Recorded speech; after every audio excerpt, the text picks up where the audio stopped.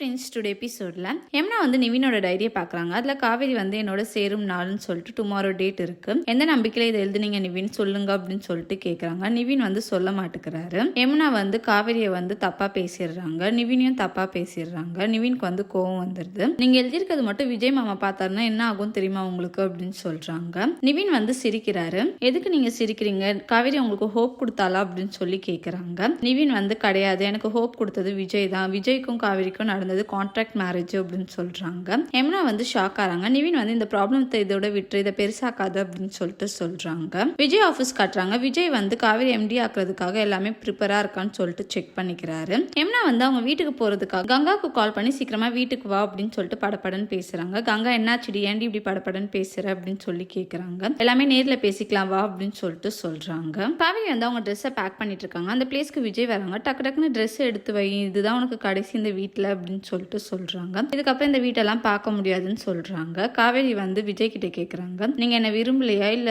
வெண்ணிலா வந்ததும் என்ன அவாய்ட் பண்றீங்களா அப்படின்னு சொல்லி கேட்குறாங்க. தேவையில்லாதெல்லாம் பேசிட்டு இருக்காத காவேரி அப்படின்னு சொல்லிட்டு விஜய் சொல்றாங்க. காவேரி வந்து விஜயோட சட்டையை பிடிக்கிற மாதிரி இருக்கு. பார்த்தா இது காவேரியோட கனவா இருக்கு. காவேரி வந்து பயப்படுறாங்க. நம்ம வீட்டுக்கு மட்டும் இது கான்ட்ராக்ட் மேரேஜ்னு தெரியக்கூடாது, எப்படியாவது நம்ம சமாளிக்கணும் அப்படின்னு சொல்லிட்டு நினைக்கிறாங்க. தேங்க்யூ.